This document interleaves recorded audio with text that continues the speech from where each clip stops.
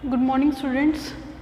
तो हम कर रहे थे हमारा chapter number 4 carbon and its compound of class 10th। तो लास्ट वीडियो में मैंने जनरली बताया था कि जो कार्बन है वो कंपाउंड्स की फॉर्मेशन करता है, टेट्रावैलेंट होता है और क्या करता है, कोवेलेंट कंपाउंड्स बनाता है। मतलब कंपाउंड्स की फॉर्मेशन करता है शेयरिंग करके, इलेक्ट्रॉन्स को शेयर करके।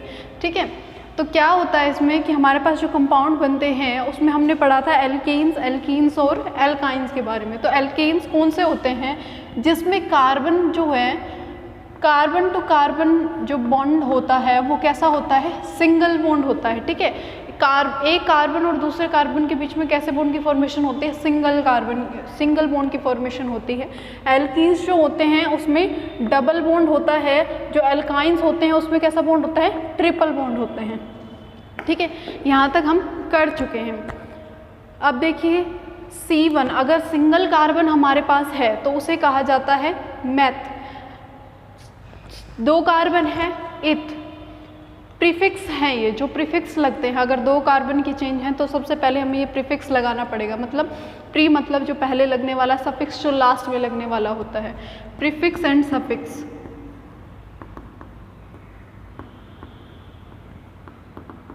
ठीक है, प्रीफिक्स हैं ये जो पहले लगेंगे और सफिक्स जो बाद में लगने वाली चीज़ें होती हैं वो क्या है, एन, इन और आइन।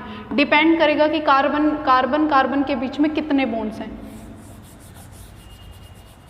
अब देखिए, अगर 3 कार्बन हैं तो उसको कहा जाएगा प्रोप, 4 हैं तो ब्यूट, 5 हैं तो पेंट, 6 हैं हेक्स, 7 हैं तो हेप्ट या फिर सेप्ट, 8 हैं तो ऑक्ट, 9 है तो नॉन और 10 है तो उसे कहा जाता है डेक। अब हम सबसे पहले जो सिंपल स्ट्रक्चर होते हैं हमारे उनकी फॉर्मेशन करते हैं। जैसे कि अगर मान लो मेरे पास सिर्फ एक ही कार्बन है, ठीक है, सिंगल कार्बन है, ये सिंगल कार्बन है। हमें पता है कि जो कार्बन होता है वो कैसा होता है, टेट्रावैलेंट होता है। इसका मतलब इसकी वैलेंसी कितनी है, 4 है।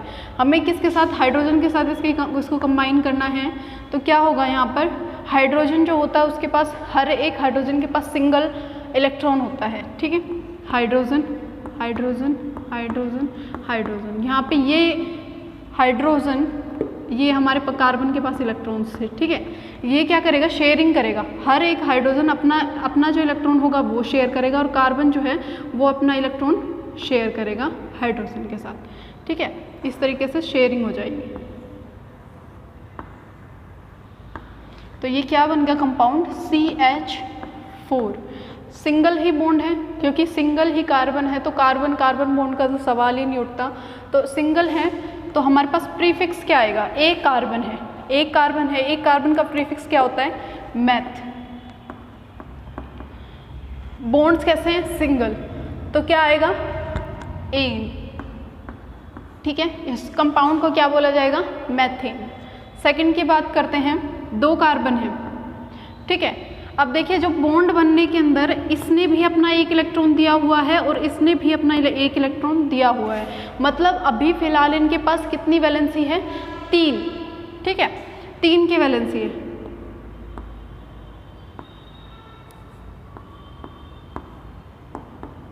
तीन हाइड्रोजन अटैच हो जाएंगे। बॉन्ड कैसा था, सिंगल बॉन्ड।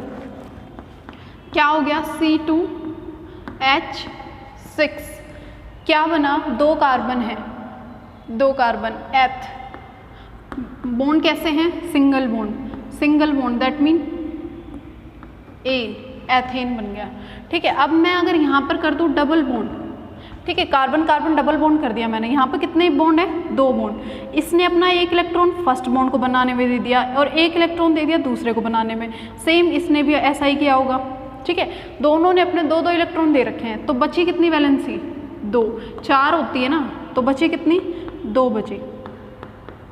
क्या बन गया कंपाउंड, C2H4। कितने कार्बन थे, 2। प्रीफिक्स क्या आएगा, एथ। बॉन्ड कैसा बन रहा है, डबल बॉन्ड। डबल बॉन्ड के लिए क्या आता है हमारे पास, सफिक्स इन। ठीक है, ट्रिपल बॉन्ड के लिए क्या आता है, आइन। सिंगल बॉन्ड के लिए क्या आता है, एन। तो क्या आ जाएगा यहाँ पे, इन। क्या बन गया ये, इथेन। ठीक है, ट्रिपल बॉन्ड की बात कर लेते हैं। C ट्रिपल बॉन्ड होता अगर तो 3 बॉन्ड बने हैं, इसने अपने 3 इलेक्ट्रॉन दिए होंगे और इसने भी अपने कितने इलेक्ट्रॉन दिए, 3 दिए, और कितने बचे, सिंगल बचा। तो क्या फॉर्मूला बन गया, C2H2। कितने कार्बन हैं, 2 कार्बन, प्रीफिक्स क्या लगेगा, एथ। बॉन्ड कितने हैं, ट्रिपल बॉन्ड, सफिक्स क्या लगेगा, आइन, एथाइन। ठीक है, ये हो गया हमारे सिंपल स्ट्रक्चर। अब देखो कुछ स्ट्रक्चर ऐसे हैं जिनको हम ब्रांच स्ट्रक्चर में भी, मतलब देखिए अगर मैं करती हूँ ब्यूट की बात करती हूँ, मैं कहती हूँ ब्यूटेन का स्ट्रक्चर बनाना है, अभी मुझे ब्यूटेन का स्ट्रक्चर बनाना है तो ब्यूट किसके लिए आता है, 4 कार्बन्स के लिए आता है। तो हम सबसे पहले 4 कार्बन की चेन बना देंगे। ठीक है, 4 कार्बन की चेन बन गई है। अब क्या करेंगे, अब इनके साथ हाइड्रोजन लगाते हैं। मैंने कहा ब्यूटेन का स्ट्रक्चर, एन मतलब कार्बन कार्बन के बीच में सब में सिंगल बॉन्ड होगा। अब देखिए लगाइए, इसके पास, इसने अपना 1 इलेक्ट्रॉन दे रखा है, इसका मतलब इसके पास वैलेंसी कितनी है, 3 की वैलेंसी है। इसने एक इधर दिया हुआ है और एक इधर दिया हुआ है, 2 बॉन्ड बने हुए हैं ना, 2। यहाँ पर भी सेम, यहाँ पर कितने, 3। ठीक है, ये हो गया किसका स्ट्रक्चर, ब्यूटेन का स्ट्रक्चर। अब इसको ब्रांच स्ट्रक्चर कैसे बना सकती हूँ मैं, कि मैं ऐसे कर दूँ कि भाई ये 3 कार्बन हैं सिंगल और इसके ऊपर ही एक और कार्बन है, तो ये क्या हो गई, इसकी ब्रांचिंग हो गई। अब इसका नोमेनक्लेचर कैसे होगा, देखिए यहाँ पर कार्बन, अब यहाँ पर लगाइए, एक बॉन्ड यहाँ दे दिया, 1 इलेक्ट्रॉन यहाँ, 1 इलेक्ट्रॉन यहाँ, 3 तो हो गए, और बचा कितना, 1 सिंगल। सेम इसका भी ऐसे कर देंगे।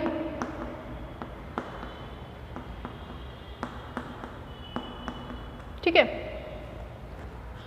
अब देखिए इसको इस तरीके से लिख सकती हूँ मैं, CH3 CH CH3 CH3। ठीक है, अब इसकी नेमिंग करनी है, कैसे करेंगे, 1 2 3, 3 कार्बन की पेरेंट चेन, एक होती है पेरेंट चेन और एक होती है ब्रांच चेन। पेरेंट चेन वो चेन होती है जो कार्बन्स की सबसे लंबी चेन होगी, सबसे लंबी मतलब जिसमें नंबर ऑफ कार्बन एटम्स ज़्यादा होंगे। किसमें है, इसमें ही है ज़्यादा, तो पेरेंट चेन हो गई। और ये है अलग से CH3 है, ये क्या है, CH4 नहीं है। CH4 को हम क्या कह रहे थे, मीथेन कह रहे थे।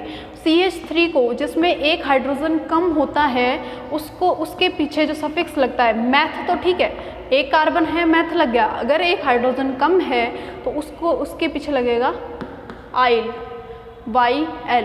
ठीक है, तो इसका नाम क्या हो जाएगा, 1 2 3, 3 कार्बन, दैट मीन्स क्या, प्रोपेन तो कर दूं सीधा। ठीक है, सेकंड कार्बन पे क्या है, मिथाइल ग्रुप है, 2 मिथाइल प्रोपेन। ठीक है, ये हो गया इसका नोमेनक्लेचर। इस तरीके से हम करते हैं ब्रांचिंग। अब अगर मैं डबल बॉन्ड वाले में बात करती हूँ, देखिए मैंने पिछले वीडियो में बताया था कि डबल बॉन्ड हर एक कार्बन के बीच में नहीं होता है। पूरी पेरेंट चेन में एक जगह डबल बॉन्ड, 1 या 2 जगह डबल बॉन्ड हो सकते हैं। ठीक है, तो वो इन में ही काउंट होते हैं। अब देखिए अगर मैं करती हूँ, मान लीजिए मेरे पास है हेक्सइन। ठीक है,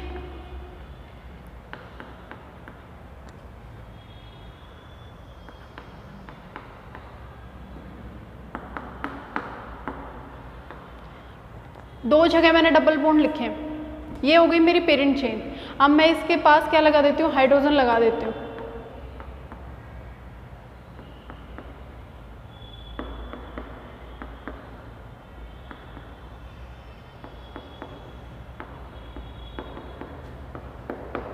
ठीक है, अब कर लेते हैं हम। देखिए इधर से अगर मैं काउंट करती हूँ पेरेंट चेन को, 1 2 3 4 5 6, तो यहाँ पर जो डबल बॉन्ड है वो कितने नंबर पे आ रहा है, 1 नंबर पे आ रहा है। ठीक है, और अगर इधर से काउंट करती हूँ 1 2 3 4 5 6, तो डबल बॉन्ड कितने पे आ रहा है, 2nd नंबर पे आ रहा है। तो हमें काउंटिंग वहाँ से शुरू करनी होती है जहाँ पर डबल बॉन्ड को कम नंबर दिए गए हों। ठीक है, तो यहाँ पर कम नंबर दिए गए हैं। ठीक है, यहाँ से करते हैं, तो इसका नाम क्या हो जाएगा, हेक्स 1, यहाँ पे क्या है 2, कितने डबल बॉन्ड हैं, 2 डबल बॉन्ड हैं, डाई ईन। ठीक है, इस तरीके से होता है नोमेनक्लेचर। अब इसी के अंदर अगर मैं ब्रांचिंग कर दूँ, मान लो मैं यहाँ डबल बॉन्ड की जगह मैंने कर दिया सिंगल बॉन्ड, ठीक है। अब मैं इसी की ब्रांचिंग कर देती हूँ, सी डबल बॉन्ड सी सी, और यहाँ पर मैंने एक सी इधर कर दिया, एक इधर कर दिया है, 1 2 3 4 5 6, ठीक है। CH3 CH3 CH3, यहाँ पर कुछ नहीं आएगा, यहाँ पर CH एंड यहाँ पर CH2, ठीक है। अब करते हैं इसका 1 2 3 4, 3 पर दो जगह क्या है, मिथाइल ग्रुप है, तो क्या कर देंगे 3 डाई मिथाइल 1 2 3 4। पेरेंट चेन क्या है, जिसके अंदर ज़्यादा से ज़्यादा कार्बन हो, ज़्यादा से ज़्यादा कार्बन कहाँ होंगे, इसी में ही होंगे। 1 2 3 4, 4 पे क्या आता है, ब्यूट। ब्यूट कितने पे है, डबल बॉन्ड 1, ब्यूट 1 ईन, ठीक है। तो ये है नोमेनक्लेचर, ये होती है ब्रांचिंग, और इस तरीके से किया जाता है। तो अगर आप लोगों को इसमें कोई भी डाउट है तो मुझे बता दीजिएगा, और इस टॉपिक को ठीक तरीके से पढ़ना है, ठीक है। So that's all for today, thank you.